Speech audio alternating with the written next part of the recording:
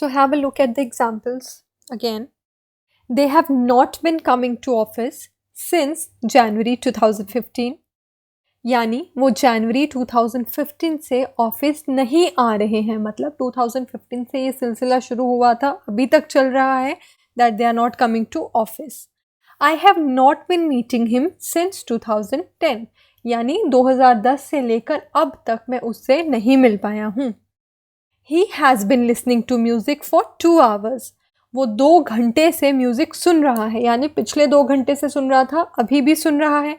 Past में action शुरू हुआ और प्रेजेंट में कंटिन्यू हो रहा है. I have been reading War and Peace for a month now. मतलब मुझे 1 महीना हो चुका है War and Peace पढ़ते पढ़ते. It has been drizzling outside since morning. यानी सुबह से बाहर थोड़ी थोड़ी बारिश हो रही है. ड्रिजलिंग यानी जो थोड़ी बूंदाबांदी होती है, दैट इज कॉल्ड ड्रिजलिंग. तो सुबह से हो रही है, मतलब it started in the morning और अभी तक कंटिन्यू हो रही है. I have been reading that book that you lent me. जो किताब तुमने मुझे दी थी मैं वो अभी पढ़ रहा हूँ, रीड कर रहा हूँ. So these are the sentences that come under the category of present perfect continuous tense. Now see how do we use the present perfect continuous tense. आप इसको कैसे यूज करेंगे? This tense is called the present perfect continuous tense. यानी present word भी important है यहाँ, ठीक है. There is usually a connection with the present. तो प्रेजेंट वर्ड की कैटेगरी में है तो मतलब इसका प्रेजेंट से कुछ ना कुछ कनेक्शन है, वरना वो पास्ट टेंस में आता, क्योंकि एक्टिविटी तो पास्ट में शुरू हुई थी, but it has some connection with present, इसीलिए प्रेजेंट की कैटेगरी में है. We use the present perfect continuous to talk about past action recently stopped. कोई ऐसी एक्टिविटी जो पास्ट में शुरू हुई थी और जस्ट अभी अभी रुकी है, it has stopped just now, बिल्कुल अभी. या फिर पास्ट की कोई ऐसी activity, past action still continuing, जो चीज़ अभी भी हो रही है, मतलब पास्ट में शुरू हुई थी बट अभी भी हो रही है, तो प्रेजेंट से उसका कनेक्शन है. ऐसी जो एग्जाम्पल्स हैं, ऐसे जो एक्टिविटीज़ हैं, they come under the category of present perfect continuous tense. Present perfect continuous tense for past action just stopped, मतलब पास्ट की कोई एक्टिविटी जो अभी अभी रुकी है. We use the present perfect continuous tense to talk about action that started in past and stopped recently. There is usually a result now. Past की कोई एक्टिविटी थी, अभी अभी वो एक्टिविटी खत्म हुई है और उसका जो रिजल्ट है, जो इफेक्ट है, वो प्रेजेंट से रिलेटेड है, वो प्रेजेंट में उसका इफेक्ट आपको दिख रहा है, फील हो रहा है. वैसे जो एक्टिविटीज़ हैं they also come under the same category. आप एग्जाम्पल्स देखिए. I am tired because I have been running, मतलब मैं दौड़ रहा था इसलिए मैं अभी थक गया हूँ. सो नो डाउट आप पास्ट में रनिंग कर रहे थे, you were running in the past, लेकिन आप अभी क्यों थक गए, उसकी वजह से थक गए. तो आपकी जो पास्ट की एक्टिविटी थी उसका प्रेजेंट पे इफेक्ट है, therefore it is present perfect continuous. Why is the grass wet, has it been raining, क्या बारिश हो रही थी, मतलब बारिश होने की वजह से जो अभी घास है वो गीला है, पास्ट की एक्टिविटी का प्रेजेंट पे इफेक्ट है.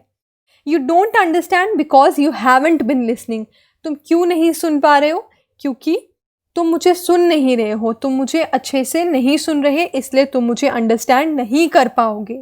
सो हेयर ऑल्सो आपकी जो एक्टिविटी है उसका कहीं ना कहीं प्रेजेंट पे कुछ इफेक्ट है. तो ऐसी एक्टिविटीज़ जो हैं they come under present perfect continuous.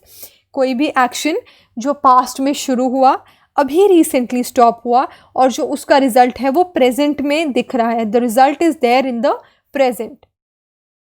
तो एक केस ये था. दूसरा केस वो है कोई एक्टिविटी, कोई एक्शन जो पास्ट में शुरू हुआ और अभी कंटिन्यू हो रहा है. पहले केस में कंटिन्यू नहीं हो रहा था, उसका इफेक्ट अभी था.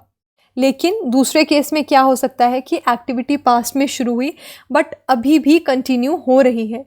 I have been reading for 2 hours, मतलब मैं 2 घंटे से पढ़ रहा हूँ, अभी भी पढ़ रहा हूँ. We have been studying since 9 o'clock, मतलब 9 बजे से पढ़ना शुरू हुए थे और अभी भी पढ़ रहे हो. You are still studying. तो एक्शन पास्ट में चाहे शुरू हुआ है but it is continuing in the present. How long have you been learning means you are still learning now. आप किसी से पूछ रहे हो कि तुमने कब से इंग्लिश सीखना शुरू किया, मतलब आपने पास्ट में कभी सीखना शुरू किया था और आप अभी भी सीख रहे हो. We have not been smoking, मतलब हम स्मोक नहीं करते हैं, हमने पास्ट से एक्टिविटी का रिलेशन देखा, बट ये प्रेजेंट से भी रिलेटेड है. It is continuing in the present. आप पास्ट में भी स्मोक नहीं कर रहे थे, आप अभी भी स्मोक नहीं कर रहे हो. We have not been smoking and we are not smoking now. Bracket में जो आपको हिंट्स दिए गए हैं वो ये बताने के लिए कि जो एक्टिविटी पास्ट में शुरू हुई थी वो एक्टिविटी प्रेजेंट में भी कंटिन्यू हो रही है. आई ऑल्सो टोल्ड यू कि हम फॉर एंड सिंस का बहुत यूज़ करते हैं परफेक्ट टेंसेज में. तो इनमें डिफरेंस क्या है कि फॉर कहाँ यूज़ करना है और सिंस कहाँ यूज़ करना है. वी यूज़ फॉर कहाँ यूज़ करेंगे? To talk about a period of time. जब टाइम स्पैन की बात करोगे, जैसे 3 आवर्स, 2 मंथ्स, 1 डिकेड, 4 ईयर्स, जब आप कोई टाइम ड्यूरेशन बता रहे हो, that I have been studying for 2 hours, we have been dancing for 2 days, तो वहाँ आप फॉर यूज़ करोगे. सिंस वहाँ यूज़ करोगे जहाँ आप किसी पास्ट टाइम को पॉइंट आउट कर रहे हो, किसी स्पेसिफिक टाइम ड्यूरेशन को पॉइंट आउट कर रहे हो, जैसे 9 o'clock, 1 जनवरी, मंडे, मार्च. जब किसी पॉइंट ऑफ टाइम को रेफ़र करना है तब सिंस यूज़ करना है, लेकिन जब ड्यूरेशन पीरियड ऑफ टाइम को रेफ़र करना है तब आपने फॉर यूज़ करना है. फॉर एग्जाम्पल, फॉर देखिए कहाँ यूज़ होगा? A period of time. For example 30 minutes, 4 days, 3 months, 3 centuries, ages यानी सदियों से, एवर यानी हमेशा. सिंस जब आप पॉइंट ऑफ टाइम को रेफ़र करोगे, जैसे 10 AM, Friday, March 2010, 1700, I left school. I left school यानी ये एक पॉइंट ऑफ टाइम को रेफ़र कर रहा है. That I have been missing her since I left my school. जब से मतलब उस पॉइंट ऑफ टाइम से ऐसा हो रहा है. The beginning of time. I have been learning English since the beginning of time. जब आप पॉइंट ऑफ टाइम को रेफ़र करोगे तब आप सिंस यूज़ करोगे. So let's look at these examples. For and since जहाँ पे यूज़ किया गया है आपके लिए क्लियर हो जाएगा. आई have been studying for 3 hours. Duration of time है 3 घंटे, तो for. I have been watching TV since 7 PM. This is point of time, 7 बजे, तो since. Tara hasn't bin feeling well for 2 weeks. यहाँ भी ड्यूरेशन है इसीलिए हमने फॉर यूज़ किया. तारा हैजंट बिन विजिटिंग अस सिंस मार्च. यहाँ पॉइंट ऑफ टाइम है तो सिंस यूज़ किया हमने. He has been playing football for a long time. आप ड्यूरेशन बता रहे हैं कि बहुत समय से कोई क्रिकेट खेल रहा है तो आप फॉर यूज़ करेंगे. He has been living in Bangkok since he left the school. ये पॉइंट ऑफ टाइम है कि जब से स्कूल छोड़ा है तब से वो बैंकॉक रह रहा है. तो 2 चीज़ें याद रखनी है. For is use for duration of time and since is use for point of time.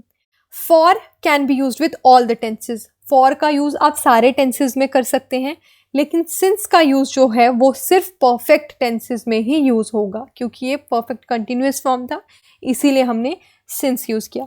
So that is all about present perfect continuous. आपको नेम से ही समझ आ जाना चाहिए कि इसमें परफेक्ट का हैज़ हैव भी यूज़ होगा, कंटिन्यूअस का ING भी यूज़ होगा. एडिशन क्या थी? बिन. हम यहाँ बिन यूज़ करते हैं. Has been verb and ING, have been verb and ING. Negative में नॉट यूज़ करोगे हैज़ हैव के बाद और बिन से पहले. और अगर क्वेश्चंस पूछने हैं, इंटेरोगेटिव सेंटेंसेस की बात करनी है, तो हेल्पिंग वर्ब से आप सेंटेंस को शुरू करोगे. So this is all about present perfect continuous. Next lecture में हमेशा की तरह हम प्रैक्टिस एक्सरसाइजेस करेंगे so that your concepts are more clear and your doubts are erased. Thank you students.